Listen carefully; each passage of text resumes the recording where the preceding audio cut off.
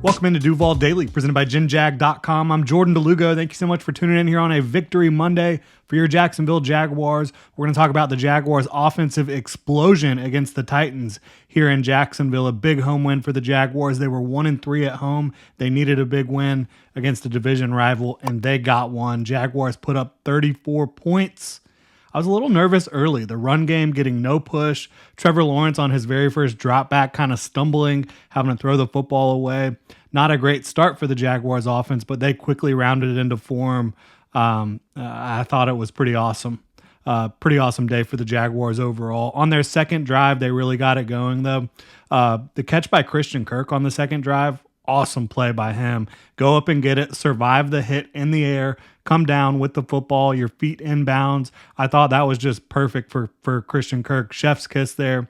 And that was off of a run fake. So you see kind of the Jaguars offense showing some more wrinkles than you have seen in weeks past, in my opinion. You saw a lot of play action. You saw condensed formations from the Jaguars, Ridley moving around the formation. You saw more misdirection in this game, both in the run game and the pass game. This is the Jaguars offense I think you expect to see more, not only from an execution standpoint, but from a schematic standpoint, just seeing more on the plate for the Jaguars offense. The touchdown pass to Calvin Ridley on the second drive capped off that big second drive for the Jaguars. He was aligned in the slot on that play. Perfect throw from Trevor Lawrence where only C-Rid could go up and get it, and Ridley went up and got it and got his feet down in bounds. A big sigh of relief, I think, from all of Duval after that drive, getting Calvin Ridley involved, seeing some more, wrinkles to the offense than you've seen in weeks past. I think that Zay Jones definitely had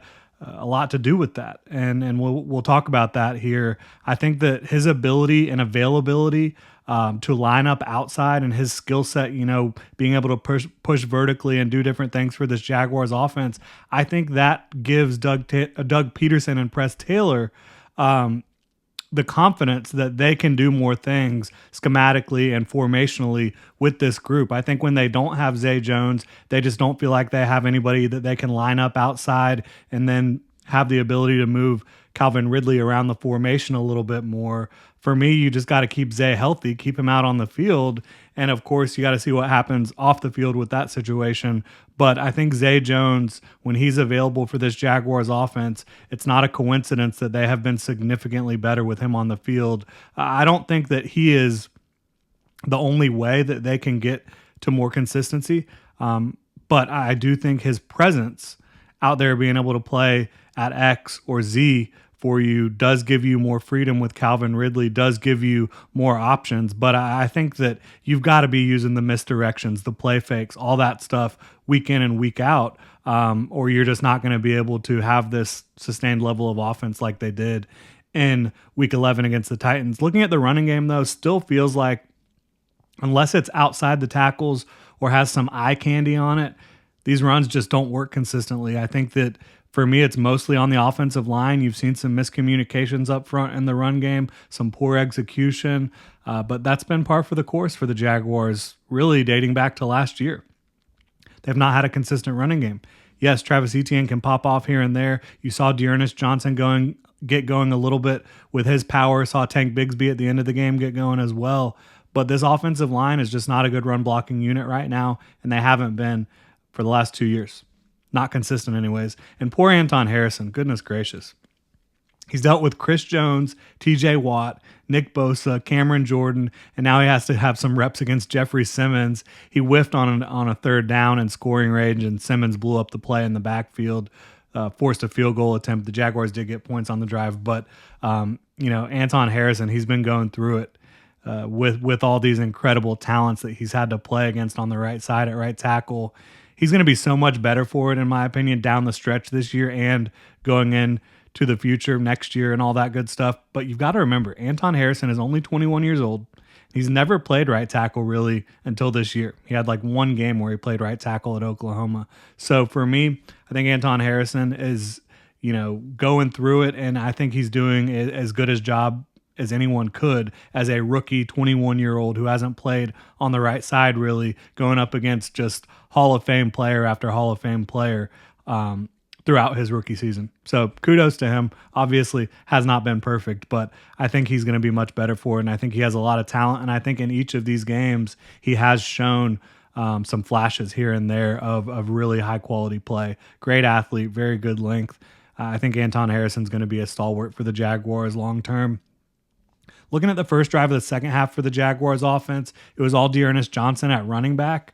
They ran the ball on 3rd and 4, which, of course, if you're not going to go for it on 4th down, to me, that's just malpractice. But if you know you're going to go for it on 4th down, which the Jaguars did, I have no problem with it because you can kind of get a cheap first down potentially if the defense isn't expecting run and you can just pick up 4 yards there. They didn't pick up the first down on 3rd down, but on 4th down, they knew they were going to go for it. They were able to hit Dearness Johnson out of the backfield, get a big play down the field, get them into scoring range. And Trevor Lawrence, I mean, he was so damn good in this game. Not perfect. There was a couple missed throws here and there, but his early touchdown to Ridley was absolutely money. Again, great ball placement in my opinion on that one. The 34-yard dime down the sideline to Calvin Ridley late in the first half was amazing. Perfect throw. And then I think maybe his best throw of the day was the second touchdown to Calvin Ridley, which it wasn't like a tight window throw or anything like that, but the ability that he had to complete that throw with what was going on around him inside the pocket. He was completely off balance and he was kind of flat-footed. That was a great throw from Trevor Lawrence to Calvin Ridley. 4 touchdowns on the day for Trevor Lawrence, 2 to Calvin Ridley, 2 rushing touchdowns. He was on the move a lot more today. They said that would probably be the case. He hit almost 20 miles per hour on one of his touchdown runs, which is really impressive for a quarterback that is moving. We know Trevor Lawrence has the athletic ability, but with the knee injury, he hadn't been moving a whole lot the last few weeks. Got back to that today, and I think that really opens up what he can do and what this Jaguars offense can do.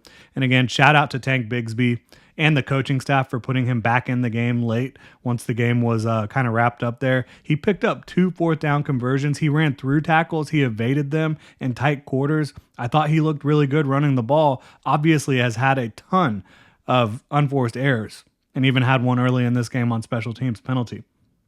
But to me, Tank Bigsby has all the talent you want at running back, and I think he's going to end up being a great complement to Travis Etienne in the long run.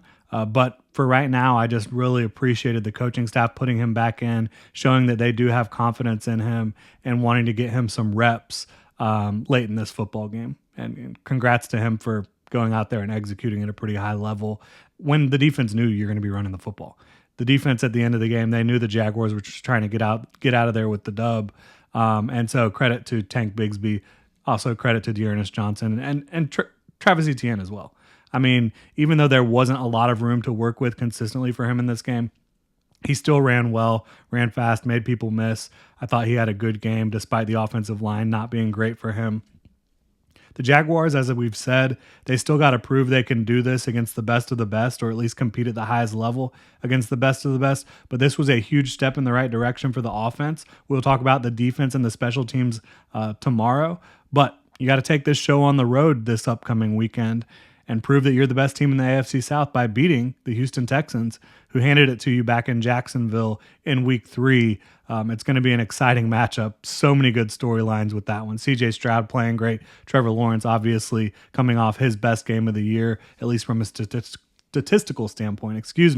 Again, we will talk defense and special teams tomorrow. Really appreciate y'all tuning in. If you enjoy the content, please like, subscribe, hit that notification bell. You can also go check out genjag.com/shop. Victory Monday sale, 30% off with code Victory Monday. All one word. Really appreciate y'all tuning in. Have a good one.